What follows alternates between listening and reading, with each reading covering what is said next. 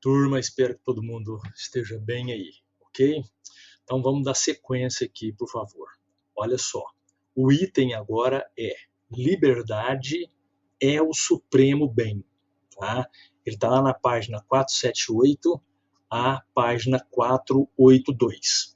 Vamos lembrar que o texto desse vídeo, tá? Para você acompanhar esse vídeo com um texto que vai ser o resumo, tá? Do que está sendo falado aqui, eu já publiquei para os senhores na nossa última aula, tá bom? Então, esse texto aqui, que compreende essas análises, eu já mandei para vocês, beleza? Então, vamos falar um pouquinho sobre a questão do contrato social, né? Segundo Rousseau, e como ele deve ser para preservar a liberdade, não é?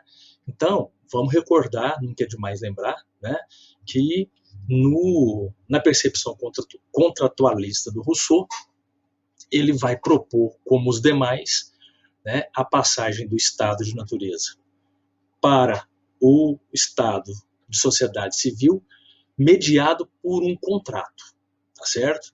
Agora, esse contrato, ele não pode, em hipótese alguma, suprimir a liberdade, tá certo? Então, se a gente tivesse que pensar o Rousseau, né, hoje, a gente não teria muitas opções, né?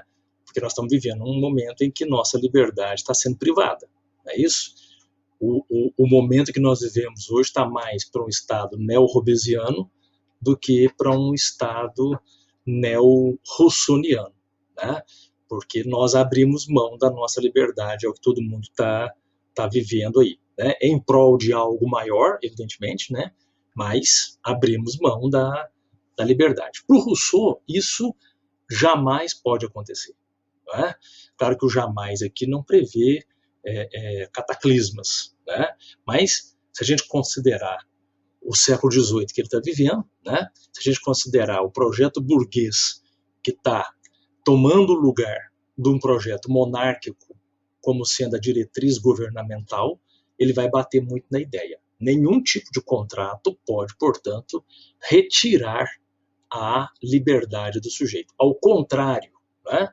Ele deve ser constituído de tal maneira, juridicamente constituído, atenção, senhores advogados, de forma que lá na sociedade civil se encontre o auge, não é, da preservação da liberdade do ponto de vista individual. Tá? Então, a matemática é muito simples. Eu sou livre, a minha liberdade é inalienável, tenho que viver numa sociedade que preserva, tá, essa minha liberdade, transformando-a numa liberdade coletiva, tá certo? Agora, veja bem aqui como que o Rousseau se caracteriza de modo muito diferente dos demais, né? Veja a palavrinha que eu vou projetar para os senhores aqui agora. Pois bem, como é que então nós vamos sair de uma liberdade individual para constituir um projeto de liberdade coletiva? Aí o Rousseau vai dizer assim, é preciso que o homem, antes de tudo, desenvolva compaixão. Não é? No outro vídeo eu expliquei para os senhores como ele faz, como ele defende a primazia dos sentimentos, né, sobre a razão. Então ele vai dizer o seguinte, olha, o que faz com que o homem mantenha em coletividade o sentimento de liberdade lá do estado de natureza, lá do homem primitivo, ora, é a capacidade que ele tem de se compadecer com a dor do outro. Né? Se ele não tiver isso, ele jamais vai dar conta de viver em coletividade e mais, ele jamais vai dar conta de viver na coletividade preservando essa coletividade. O tempo todo ele vai viver na coletividade tentando fazer com que ela sirva aos seus interesses particulares. Né? Atenção, a história do século XX, né? A história do século XXI, de um modo geral, né? É isso. Pessoas que se utilizam, né, do coletivo para prevalecer suas vontades particulares. Isso é muito próximo de nós, né? É só a gente dar uma olhada no entorno e a gente vê isso muito claramente. Não é? Então, veja aqui, como Rousseau vai se caracterizar único aqui, né? O que faz com que o indivíduo possa bem viver em sociedade é que ele se ponha sempre na dor do outro e seja solidário a ela, não é?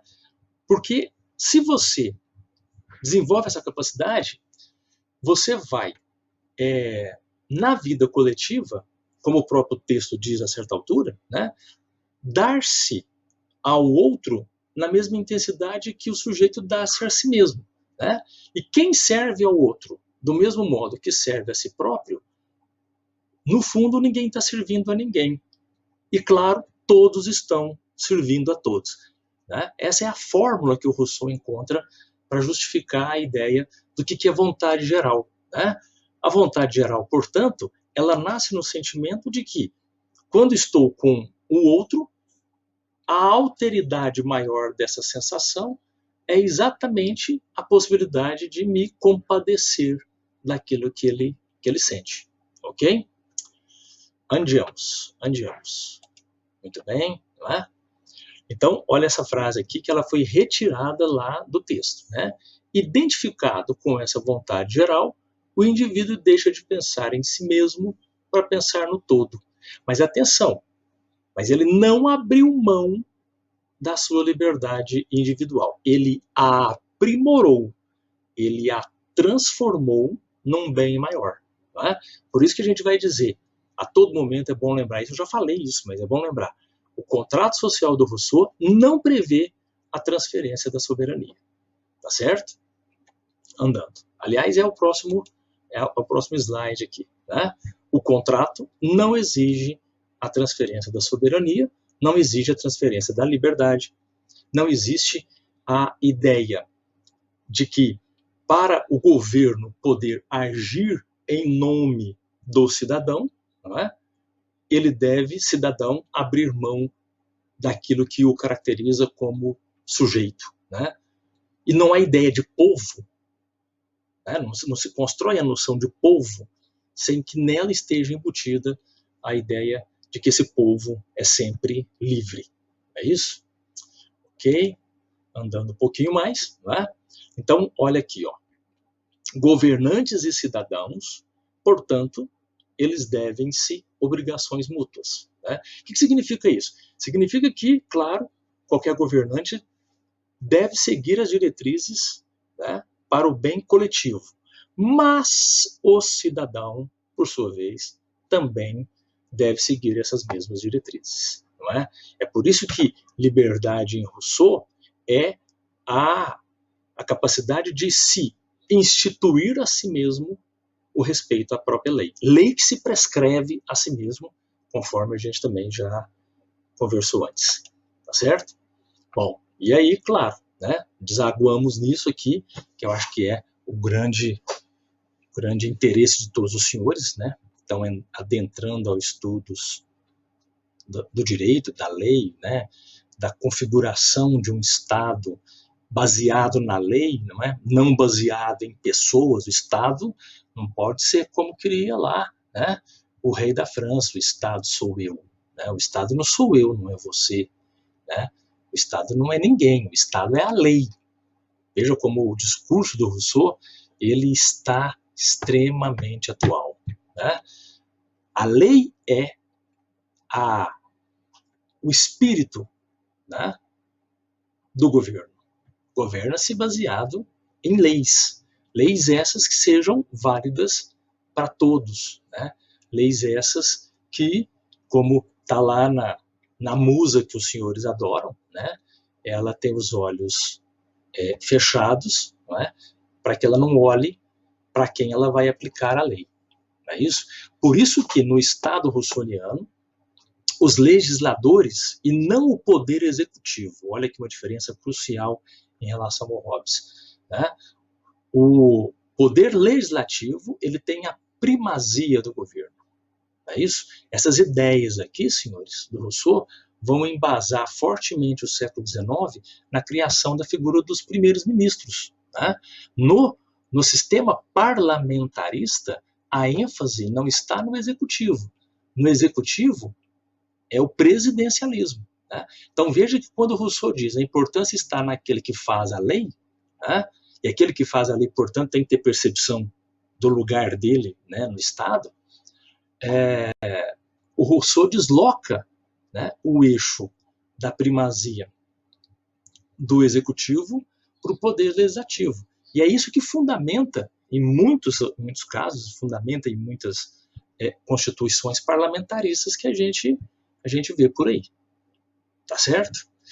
É isso, crianças. Esse vídeo, então, ele finaliza, né, nossos estudos em Rousseau, e na próxima aula eu já anunciei, nós vamos fazer uns exercícios, né, conforme são diretrizes da faculdade, e ao término, assim que assistirem esse vídeo, podem me procurar, enfim, podem tirar dúvida, vai ser um prazer, tá bem?